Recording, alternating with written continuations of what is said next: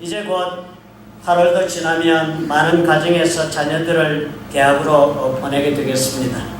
곧 집을 떠나 기숙사로 아니면 타주로 먼 곳으로 가는 자녀들이 참 많기도 합니다.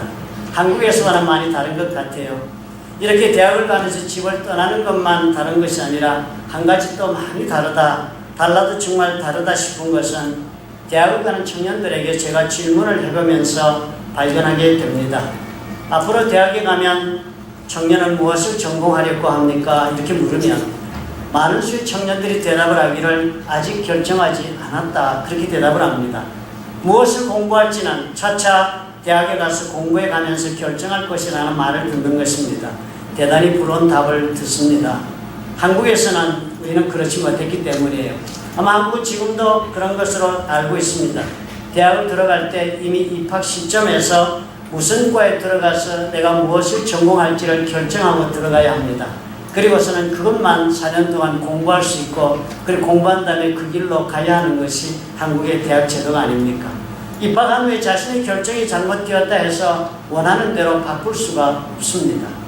다른 길을 가고 싶으면 다시 입학을 해야 해요. 몇 년을 대학을 했든 상관이 없습니다. 그만두고 다시 입학 시험을 치르고, 그리고 자기가 가고 싶은 길을 정해서 재입학해야 하는 것이 한국에서의 관행이라 기억이 됩니다. 아직도 아마 그렇지요?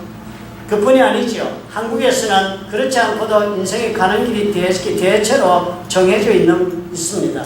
고등학교를 나오면 대개의 경우 대학을 가야 하고, 그리고 졸업해서 취직을 하고, 이렇게 정해진 사회적 과정을 그대로 밟아가야만 무릿속에 끼워져서 평범한 삶을 살 수가 있습니다. 이 정해진 길을 벗어나게 되면 대단히 고생을 하게 됩니다. 어려운 일을 많이 겪게 돼요. 남들처럼 평탄하게 인생을 만들어 나가기가 어렵습니다.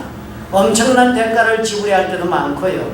그리고 남들은 하지 않는 많은 수고와 그리고 노력을 투자해야만 간신히 따라잡을 수가 있게 되는 것입니다. 그래서 고등학교를 무슨 이유로든지 그 과정을 끝내지 못하고 중대 그만두거나 아니면 그렇게 하게 되면 참 길이 없다 해도 과언이 아닙니다. 다시 선택해서 걸어가는 길이 무척 제한되어 있어요. 검정고시라는 것이 다른 방법이 되는 것처럼 보이기도 합니다. 그러나 그것은 가지 못한 그 길에 다시 들어서기 위한 것이지 다른 코스로 가서 자신이 원하는 일을 하게 하는 해결책이 되는 것은 아닙니다. 요즘 한국에서 이런 문제에 대한 이해가 깊어진 것 같아요. 그래서 고등학교 과정에 적응하지 못하는 학생들을 위해서 단순히 대학을 가는 중간 과정으로서의 그런 고등학교가 아니라 고등학교 시절에 받아야 할 교육을 위해서 그 고등학교의 그 세월을 경험하도록 해주기 위해서 대안학교라는 것이 생겼다고 들었습니다. 고등학교를 그렇게 보는 것이 우리가 볼 때는 단순히 대학 가기 위해서 3년 다녀야 하는 학교다, 스태핑 스톤이다, 우리는 그렇게 생각하지만 그 시절에만 배울 수 있는 인생에 대한 이해력이 있다는 것이죠.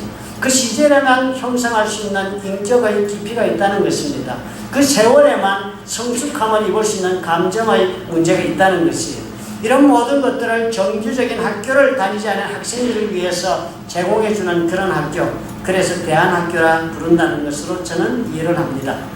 대학을 가기 위한 방편으로서의 그런 교육이 아니라 온전한 인격의 형성을 위한 교육을 해야 한다. 그래서 그 기간이 중요하다 하는 그 관점은 종전에 비하여 대단히 발전한 것이라 할 수 있겠습니다. 저와 여러분이 살고 있는 미국은 이런 점에서 대단히 부러운 나라라고 할 수 있습니다. 일반적으로 여기는 정해진 길이 아니라도 얼마든지 자신의 길을 걸어갈 수가 있습니다. 굳이 정규적인 학교 과정을 다닐 필요가 없습니다. 스티브 잡스 같은 경우는 대학 2년 시리컬리지 어디 다녔지요. 그러면서 학교에서 더 이상 배울 것이 없다고 그만둔 사람이었습니다. 빌 게이츠요. 머리가 좋고 공부를 잘해서 그래서 하버드 대학 들어갔지만 하버드에서 공부 안 했습니다. 그냥 컴퓨터만 시큰하고 중도에 하차해 버렸습니다. 스티븐 스필버그, 이 사람은 고등학교 때 공부는 안 하고 나팔만 열심히 불었습니다. 사람들이 그랬대요. 제가 장차 나팔 불어서 뭐 하려고 저러지 그랬답니다. 이런 사람들 어떤 인생을 지금 살고 있습니다. 이런 유명한 미국의 사람들, 그 사람들의 인생 행로를 우리가 가만히 이렇게 살펴보면 모두가 다 일반적인 사람과는 다른 길, 일반적인 길이 아닌 대안의 길을 걸어온 사람들이라는 것을 우리가 쉽게 발견하게 됩니다. 한국에서는 대안의 길을 걸어서 자신의 꿈을 이루기가 대단히 어렵습니다. 미국처럼 그런 기회가 적습니다.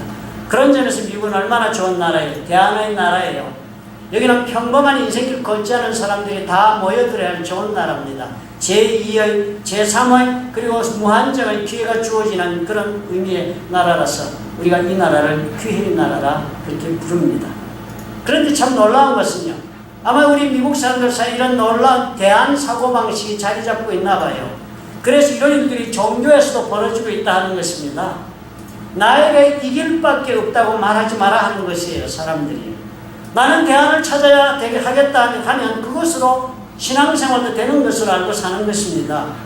세상 사람들이 우리 기독교를 향하여 가장 비난하는 것이 무엇이에요? 가장 심하게 우리를 비난하고 공격하는 것이 바로 이 분야에서 벌어질 때가 많습니다. 기독교는 오직 한 길밖에 없다. 진리에 이르는 길은 오직 단 하나의 길일 뿐이다 하는 것 독선이라고 기회가 있을 때마다 공격하고 제대로 답변 못하면 모욕까지 주고자 하는 것입니다. 여러분 레리 킹쇼 여러분 아시지요? 그 이렇게 이렇게 멜빵하고 안경 끼고 늙은이가 하는 쇼, 대단히 유명한 쇼입니다.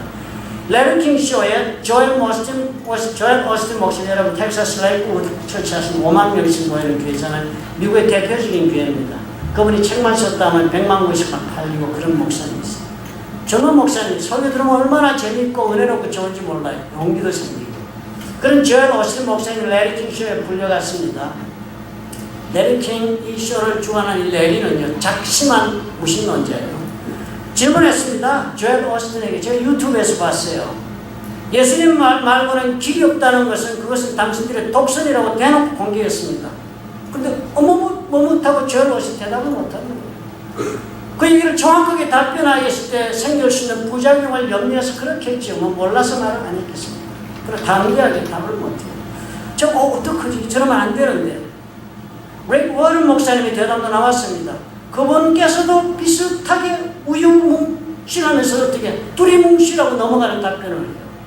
얼마나 신앙이 몰라. 저러가지고 미국에서 어떻게 복음이 전파될까 큰일 났다. 그런데요. 존 맥카더 목사님 대답 프로가 잠깐 똑같이 레리 킹쇼에서 똑같은 질문을 했습니다. 존 맥카더 목사님 대답을 하세요. 오직 예수를 믿지 않고서는 구원이 없다. 왜 그러냐 따지니까 성경이 그렇게 적혀있다. 그리고 이 성경을 믿는 것이 그리스도인이라고 정확한 답변을 하는 것이 들었습니다. 이 공격의 대상이에요. 어떻게든지 이것을 한번 무너뜨려 보고자 도전하고 있습니다. 산 정상에 오르는 길이 어째서 하나밖에 없단 말인가 하고 질문하지 않아요? 얼마든지 다른 길로 올라가든 정상에만 올라가면 된다. 다른 대안이 있어야 한다고 세상은 우리에게 요구합니다. 오늘 우리가 읽은 요한복음 14장 6절의 말씀, 그런 공격을 촉발시켜요. 예수께서 그렇게 말씀하지 않았어요. 나는 길이요 진리요 생명이니 나로 말미암지 않고는 내가 아니면 안 된다. 하나님께로 가르쳐줬다. 진리를 찾고 있느냐 하십니다. 내가 진리다. 내가 생명이다. 그리고 나는 길이다. 하나님께로 가고 싶은가? 그렇다면 나를 통하지 않고는 아무도 갈 수 없다는 사실을 직시해라. 이것은 유일한 길이다. 나 말고는 하나님 만나고 하나님과 함께 동행할 수 있는 자는 아무도 없다. 대안은 없다. 그러므로 나 외에 진리도 없다. 그렇게 말씀하십니다. 진리 그러면 대개 사람은 듣기 싫어합니다. 여러분 그 듣기 좋아하세요? 진리 그러고 막 진리가 어쩌고 그러고 여러분과 대화를 하게 하면 꼬리 있다고 나서 무슨 또 진리 같은 얘기를 나한다. 이런 거부 반응 많이 일으키는 단어가 진리입니다. 그렇죠? 예수를 믿으면서도 진리 하면 그렇게 즐거워하지 않더라고요. 예수께서 빌라도 만났을 때 그랬습니다. 십자가에 달리시기 전에 빌라도 만나서 재판받으셨잖아요. 그때 빌라도가 예수님을 골방에 아마 뒷방으로 데려가지고 앉아서 궁금해서 물어봤어요. 예수님에게. 여러 가지 질문하니까 예수님이 한마디 입을 다물고 계시다 이렇게 답변을 합니다. 내가 이를 위하여 났으며 이를 위하여 세상에 왔나니 곧 진리에 대하여 증거하려 함이로다. 무릇 진리에 속한 자는 내 소리를 듣느니라 하고 빌라도가 말을 했습니다. 빌라도 뭐라고 대답한 줄 아세요? 빌라도 그랬습니다. What is the truth? 진리가 무엇이냐? 성경 그렇게 번역했습니다. 그래서 그 다음 보니까 빌라도가 이 말을 던지고는 그냥 일어서서 나갑니다. 밖으로. 그런 유대인들에게 내가 너희들의 예수를 어떻게 하냐고 십자가에 못 박도록 내어지고 말았습니다. 그러니까 진리가 무엇이냐 물은 것은 몰라서 물어본 질문이 아닙니다. 진리가 뭔데? 비웃으면 응답을 하고 그런 말을 했습니다. 예수님 뭐라고 그러셨어요? 사람이 사는 길이 여럿이 있다 하는 거예요. 그렇지만 올바른 길을 걷고 싶으냐? 제대로 된 바로 가는 길을 걸어가고 싶으냐? 그래서 제대로 된 목적지의 인생, 이 모든 여로를 한번 가서 도착해보고 싶으냐? 거기 가는 길을 가르쳐주는 것이 진리다 하시는 것입니다. 그 길이 어디 있다고요? 예수님에게 있다. 예수님 통하지 않고서는 아무도 제대로 된 목적지에 도착할 수가 없다는 것입니다. 그러니까 명백하죠. 대안 없다 하십니다. 모든 사람들, 예수를 거부하고 싶어하는 모든 사람들은 이것을 물고 늘어집니다. 대안이 없다는 기독교는 잘못이다. 산 정상에 오르기만 하면 되지 그 가는 길은 얼마든지 여러 종류의 길이 있을 수 있다. 아니 있어야 한다고 주장합니다. 요즘 그래서 놀랍게도 미국에서 신앙을 거부하는 무신론자들이 뭉쳐서 모입니다. 모이면서 자기들 모임을 church, 교회라고 부릅니다. 무신론자들의 교회라고 불러요. Atheist Church 그렇게 부릅니다. 대단히 웃기는 일같이 보여집니다. 그렇지만 이 사람들에게 있어서는 자신들이 모이는 이 처치가 대한교회라고 생각이 들어져서 그렇게 그룹을 지어 모이는 것입니다. 그것도 아주 진지하게 보입니다. 휴스턴에서 일어나고 있는 일이 이렇습니다. 제가 기사를 읽었어요. 모든 교인들이 교회 가는 이 주일날 아침 시간에 또 다른 불신자들도 가는 곳이 있어요. 자기들이 모인다. 그런데 그 모이는 것이 교회가 아니다. 저 사람들은 모이는 것이 회사 컨퍼런스룸에 모여든다. 자리를 잡고 앉아서 설교를 듣는다. 설교의 제목은 Losing Faith, 잃어버린 믿음 혹은 또 믿음을 잃어버리고서 뭐 이런 뜻의 설교를 듣는다. 그 모임이 시작을 그렇게 하는데요. 먼저 커뮤니티 모먼트부터 있답니다. 대표가 일어나서 앞에 나가서 타픽에 관하여 언급을 합니다. 오늘 무엇을 우리가 합시다. 그리고서는 최근에 가장 관심을 끄는 세상사에 관한 언급도 합니다. 자신의 의견도 진술하고 그리고 있을 앞으로 우리가 함께 이 여름이니까 우리가 휴가를 같이 갈 썸머 캠프에 관한 광고도 자세히 한답니다. 교회하고 똑같이 하다. 이런 사이에 음악이 연주가 된답니다. 음악 연주가가 그 얘기 중간중간을 부드럽게 음악으로 연주를 해가는 그 음악이요. 거기 적어놓기를 앨버트 아인슈타인의 노래들을 연주한대요. 이게 무슨 소리인가 싶어 제가 인터넷에 들어가 봤어요. 앨버트 아인슈타인의 노래가 뭔데? 갔더니 노래가 있어요. 2005년도에 물리학의 해였답니다. 그래서 앨버트 아인슈타인이 놀라운 그 지성으로 이 우주의 비밀을 해친 것을 기념해가지고 노래 제목들이 아주 재밌어요. Divine Einstein, 신적인 아인슈타인. The Photon and Wave. 이 뭡니까? Photon 그러면 양자란 뜻입니까? 양자, wave, 파장. 물리적 용어잖아요. 이런 노래. The Relativity Song, 상대성 노래 뭐 이런 거예요. 이런 노래가 있다는 거예요. 희한한 노래를 연주하면서. 아마 앨버트 아인슈타인의 그 지성이 우리 모든 인생이 가장 추구할 가장 최고의 덕이라고 생각하는 모양이죠. 이 회중을 이끄는 사람이 있어요. 그 사람 이름이 마이크 아웃이라는 사람인데요. 그 사람이 있는 게 딴 데서 이 예배를 배우러 온 사람도 있어요. 루이지애나에서 온 제리 드위시라는 사람도 있고 이랬어요. 이 사람 다 Sunday Ritual, 주일날 종교식에 대해서 익숙한 사람들이에요. 알고 보니까 둘 다 전직 목사였습니다. 기독교 성직자로서 활발하게 강단 사역을 몇 년 전만 해도 하던 사람들이라고. 이 사람은 이제 둘 다 불신자예요. 난 빌리버로서 세속적인 Sunday Service, 주일 예배를 자신들이 인도하고 있다고 합니다. 이 모임을 사람들이 이름을 지어 부릅니다. 이 모임을 휴스턴에서 있으니까 휴스턴 오에시스, 우리말로 오아시스다. 사막같이 힘들게 사는 인생들이 모여서 오아시스처럼 쉼이 있고 그런 물을, 생명의 물을 마시는 곳이다. 그래 이름을 휴스턴 오에시스라고 지었다. 그리고 자신들을 가리켜서 그런다면 우리는 교회다. 그렇지만 교회가 아니다. 우리는 a church, that's not a church. 교회가 아닌 교회를 하고 있다. 그렇게 설명하는데 몇 년 전에 시작했다 합니다. 매주일 아침에 예배 시간이 되면 인도젠 아우스는 문 앞에서 회중들을 맞이한대요. 그리고는 종교식을 주관해서 진행을 합니다. 음악도 있고요. 서로 만나서 meet and greet time, 우리 만나고 인사하는 시간도 있고요. 게스트 스피커가 오기도 하고 또 아우스가 직접 메시지도 전합니다. 그 메시지 내용은 이 세상을 살면서 얼마나 놀랍고 은혜로운 일이 많은가.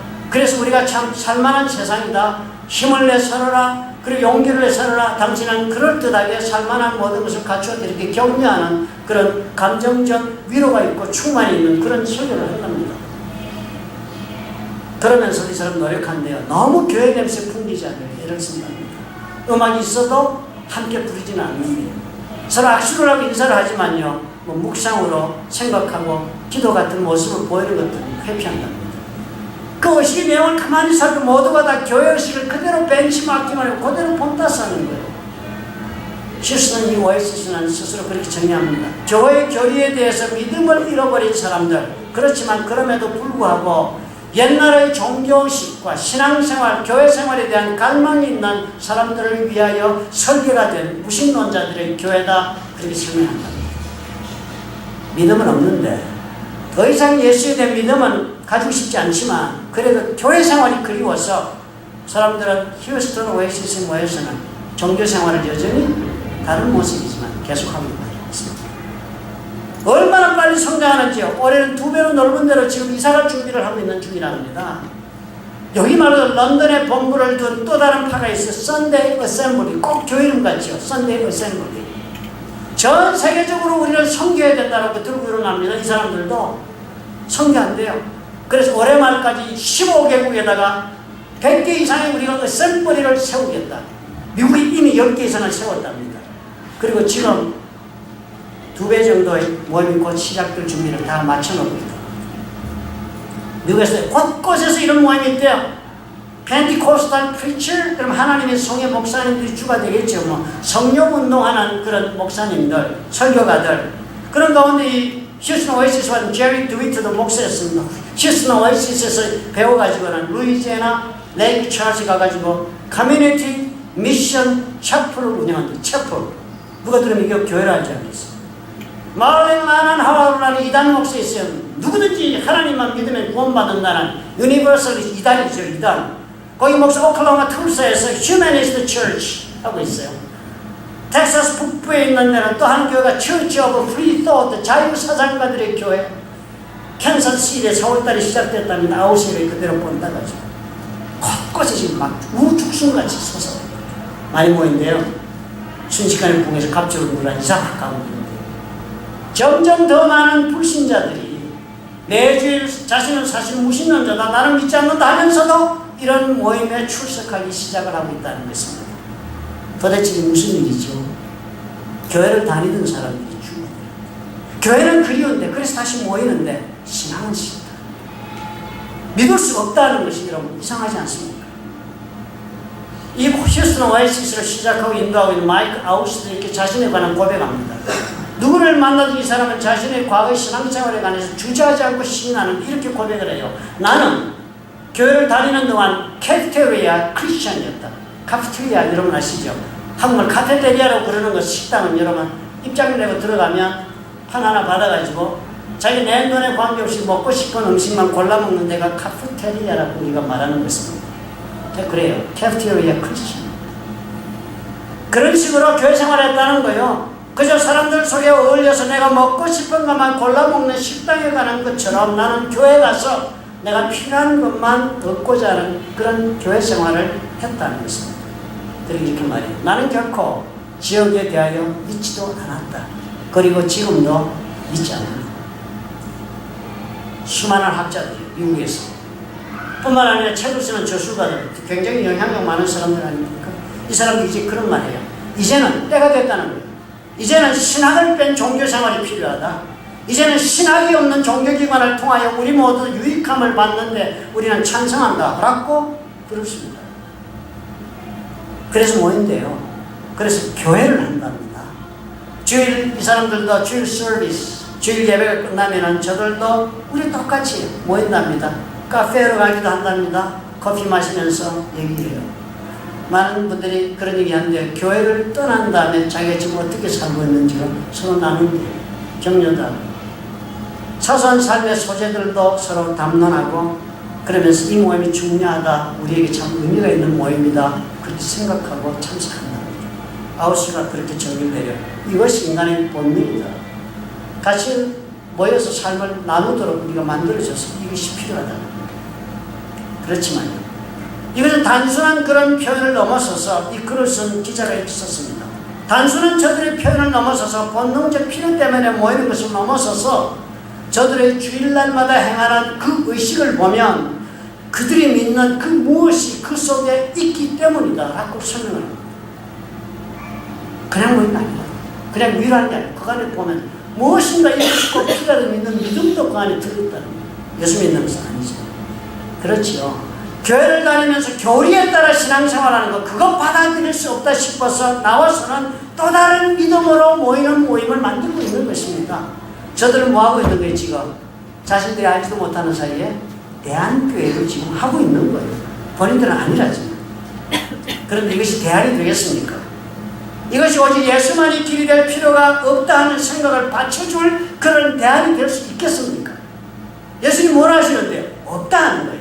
오직 나만이 길이다. 대안은 없다 하시잖아요. 왜 이렇게 될까 생각해봐요. 왜 이 사람도 교회를 다녔는데도 왜 이렇게 되고 말았을까 생각해봐요. 왜냐하면 아직 우리 가운데 교회를 출석한다 하지만 많은 분들이 오직 예수만이 나의 길이 된다는 확실한 믿음을 가지지 않은 사람 수도 없이 많습니다. 고백하면 저는 모를 따름이죠. 질문하는 분 많아요. 꼭 하던 이야기 어디서 듣고 와서 꼭 물어봐요. 산 정상에 가는 길은 열을 이룰 수 있지 않습니다. 에베레스트 산에 정상 정복이 한 코스로만 가야 합니까? 그런데 왜 예수만이라고 말씀합니까? 어쨌든 오면 되는 거예요. 마이크 아웃은 그래 정직했습니다. 자신은 캡트위아 크리스천이라고 고백했으니까.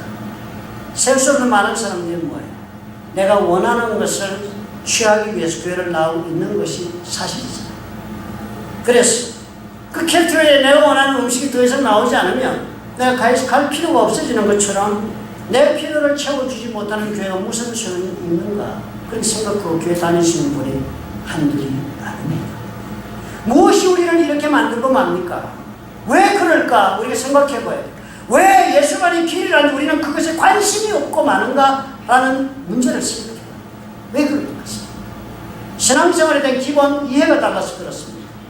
우리 신앙이 종교의식이 있는 것이 아니고 우리 신앙이 신앙생활이 있는 것이 아니고 우리가 교회생활에 우리 신앙이 있는 것이 아니라는 것입니다. 우리 신앙생활은 내가 필요한 것을 교회 가서 얻는 데 있는 것이 아니고 우리 신앙이라는 것은 하나님과 나와 관계를 이루는 것이라는 데 대한 이해가 부족해서 그런 것입니다. 하나님을 알고 서로 개인적 차원의 관계를 맺는 것이 신앙이라는 데 대한 이해가 없기 때문에 우리 교회를 다니면서도 예수만이 길이라는 것에 감격하지 않습니다. 불신자들의 교회, 휴스턴 오에시스를 인도하는 마이크 아우스가 바로 그만한 것입니다. 캡틴의 크리스천이 뿐입니다. 내 필요를 채우기 위해 주일날 의식에 가는 거예요. 그 예배 참석하니까 위로가 되니까 무엇인가 그럴듯하니까 무엇인가 좀 나은 사람이 된 것 같으니까 그리고 사람들이 인정해 주니까 좋고 서로 어울릴 수 있는 내 동료가 있으니까 안심할 수 있고 내가 좋아하는 부분들 즐기면서 그렇게 지냈지만 정작 하나님과 어떤 관계를 맺어야 하는 것에 대한 문제에는 관심이 없었다 하는 것을 우리가 주목해야 합니다. 예수께서 말씀하시는 하나님은 어느 다른 종교에서 말하는 신과 다르지 않아요. 우리가 잘 알다시피 여러분 엘버트 아인슈타인도요. 신의 존재를 인정했습니다. 그렇지만 그렇다고 해서 우리가 말하고 있는 그 하나님을 이 아인슈타인이 믿은 건 아닙니다. 인정한 건 아니에요. 아인슈타인이 말하는 신은 최고의 지성적 존재예요. 과학자로서 우주를 연구하다 보니까 이건 그냥 될 수가 없는 것이다.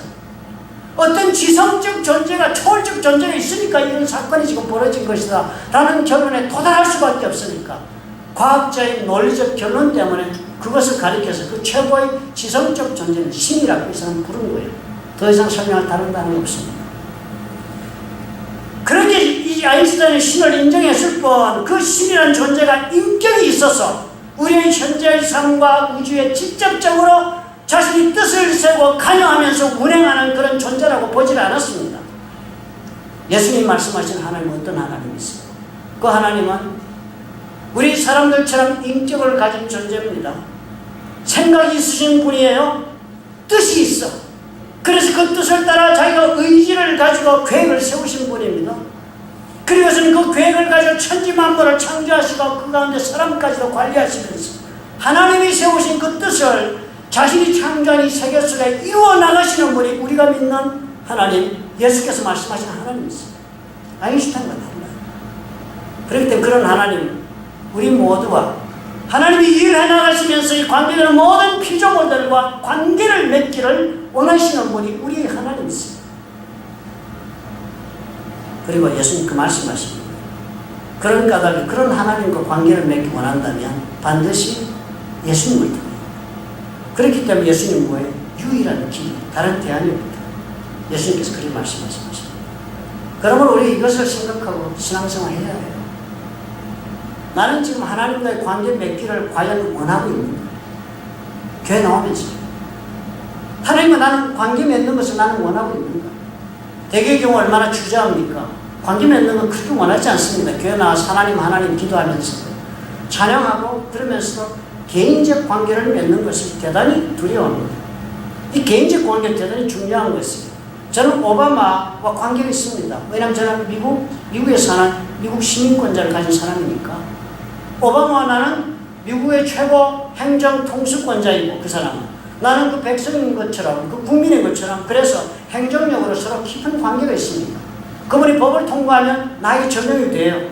나의 안전과 나의 행복 추구권이 그 사람의 손에 많이 달려 있습니다. 그렇지? 관계가 있습니다. 그러나 나는 그분과 개인적 관계는 없습니다. 오바마한테 내 개인적 사정을 얘기할 수 없어요. 오바마는 자기 개인적 이야기를 나와 나누지 않습니다. 개인적 관계가 없습니다.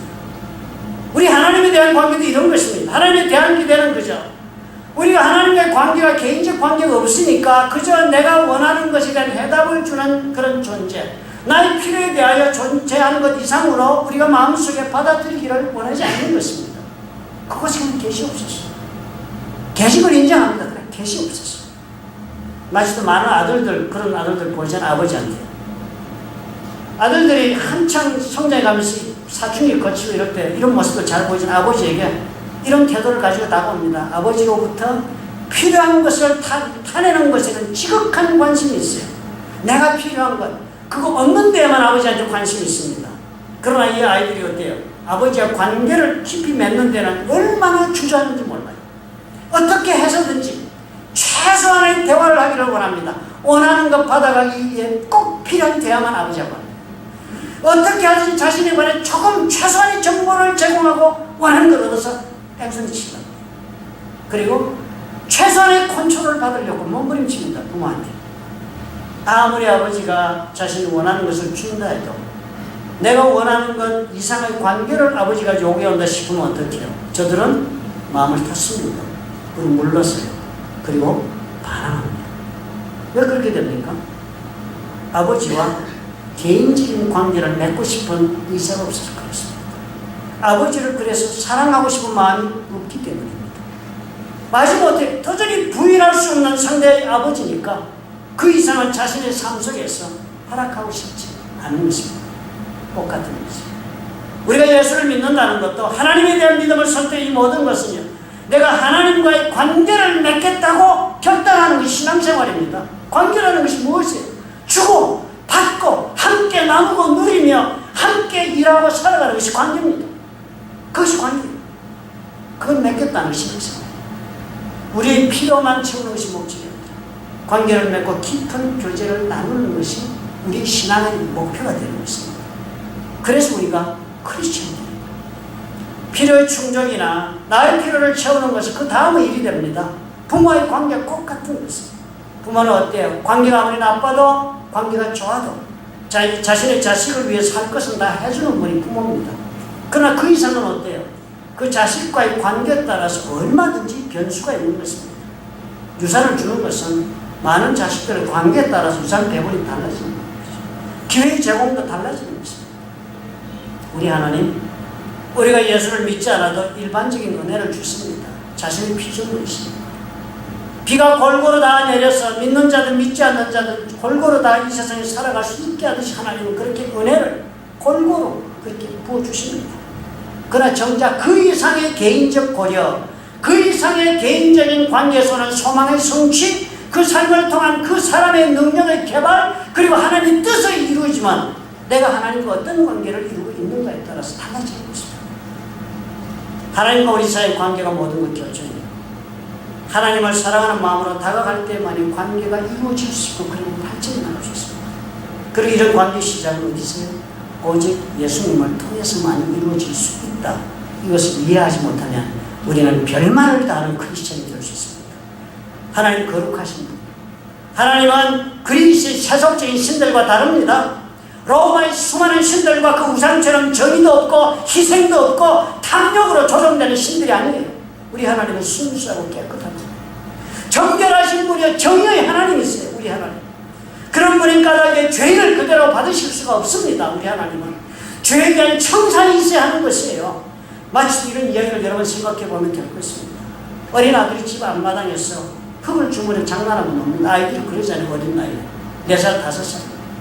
그런데 마침 그때 아버지가 집에 퇴근해 돌아옵니다. 아들이 어때요? 아버지 보면 너무 좋아하면서 달려가지 않습니다. 그런데 그날은 유독 이상하게 아버지가 그 아들이 생각 놀랍게도 왜 나를 오늘 얼른 반겨 안아주지를 않지? 왜 그랬을까요? 아버지는 그 아들을 사랑함에도 불구하고 그 아들도 그 아버지를 사랑하고 있음에도 불구하고 안아줄 수가 없었습니다. 그럴 수 없습니다. 아들이 손이 온통 흙투성이에요. 옷도 온통 흙이 묻어있어요. 그대로 안아줄 수가 없는 것입니다. 손을 먼저 씻고 옷에 흙을 털고 그런 깨끗이 한 후에야 그 아들을 안아줄 수가 있는 것입니다. 하나님 우리를 누구보다도 더 원하시는 분. 그러나 우리는 어떤 존재들입니까? 우리는 손에 흙이 묻은 아이들과 같습니다. 아니 우리는 사실 그보다 더하다고 성경은 말씀해요. 우리 손에는 죄악의 피까지 묻어있다. 우리는 먼저 이걸 씻어야 해요. 먼저 정결하게 씻어야 합니다. 어떻게 씻을 수 있습니까? 하나님 관계를 이것을 씻어야지요. 흙이한 물로 씻으면 쉽게 가지요. 그렇지만 더러운 죄악일 때 여러분 옷만 보아도 압니다. 옷에 피가 묻은 피일 때는 여러분 그냥 씻겨나가지 않습니다.